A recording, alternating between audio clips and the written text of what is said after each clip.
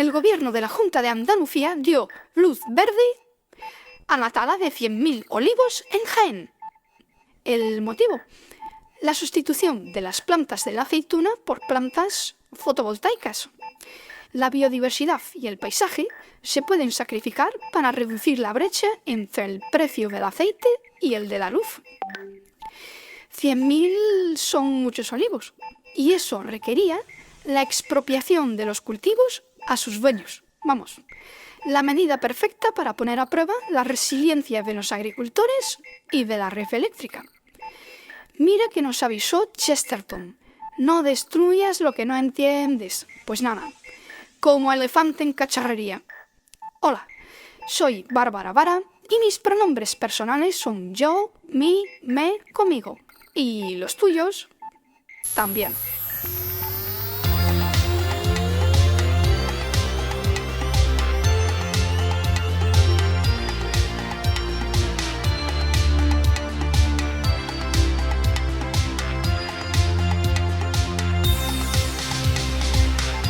La paradoja de la valla de Chesterton es un principio atribuido al escritor Gilbert Keith Chesterton. La idea básica es que no se debe destruir o modificar algo sin comprender primero para qué sirve. Si te cargas lo que funciona, no eres reformista, eres gilipollas. Mira, frase para la posteridad. ¿Os imagináis? En su libro ¿Por qué soy católico?, el señor Chesterton pone el ejemplo de dos reformadores, el senior y el becario, que se encuentran en una valla. El becario, que era súper reformista, dice que eso tiene que ir fuera, a lo que el titular le dice: quieto, piénsatelo, y cuando me digas para qué sirve, te dejo tirarla. Parece una paradoja, pero es que solo entonces el becario habría pensado en la solución posterior. Este principio fomenta la humildad, que ya no se lleva, porque las generaciones pasadas no actuaban sin motivo, que las vallas no brocan en el campo. Antes de derribar una presa, pregúntate: ¿abastece de agua a alguien? ¿Protege a algún pueblo de futuras inundaciones? Porque ahora te llega cualquier cantamañanas que se autopercibe salvador del planeta y condena a pueblos enteros a la ruina, o a algo peor. ¿Qué hemos hecho? ¿Os acordáis de Dunning y Kruger? Pues eso, te llega una TikToker y se carga el código penal, porque antes de su llegada en el mundo no había derechos. Derecho. Mira que tenemos ejemplos para aburrir en el sostenible siglo XXI, pero el que más se usa para explicar esta paradoja de la valla es el del gran salto adelante chino.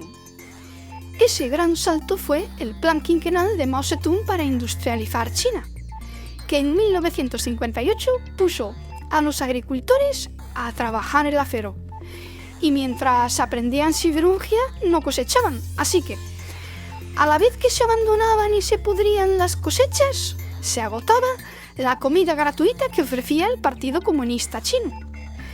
Un tirano jamás se equivoca. Esto debía ser culpa de algún enemigo externo. Donald Trump. Trump. No puede ser. Tendría como 12 años. Y Twitter no se habría inventado. Ya está, las planas.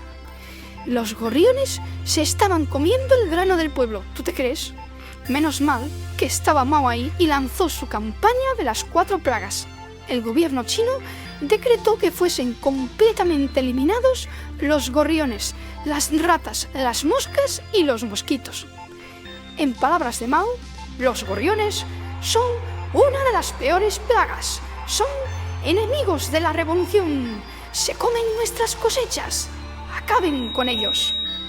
Y el partido puso en marcha su maquinaria de propaganda bélica contra los gorriones. La población se volcó en su exterminio. Las caceroladas les impedían posarse hasta que caían al suelo agotados. Se destruyeron todos los nidos y se les envenenó. Y así es como el comunismo venció en su guerra contra los gorriones. Claro, que los gorriones preferían los insectos al grano. Y la siguiente plaga fue de langostas, al no tener depredador natural. Y las langostas acabaron de arrasar con el campo maoísta. Resultado, la gran hambruna china que redujo su población entre 45 y 70 millones.